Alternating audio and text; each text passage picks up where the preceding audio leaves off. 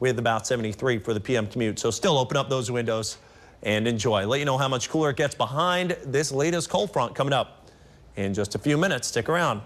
Now Chardelle with Traffic Edge. How's it going, Chardelle? It's going, Jonathan. We do have some stop-and-go traffic to report on our Waze map, reported by our Wazer. So heads up in Baltimore at Russell Street. As you guys can see, yep, that's where you'll experience the red. So just give yourself an extra amount of time while driving in that area. Now let's turn it over to the travel times. Now, if you're making that transition along the outer loop towards 95 and 83, your travel time is about 18 minutes. Southbound to the Fort McHenry Tunnel approaching 695. Your travel time is about 12 minutes, and I got some good news for you. Southbound towards the Harbor Tunnel, approaching 95, your travel time is at a nice 8 minutes. That's your latest look on the roads. Back to you guys.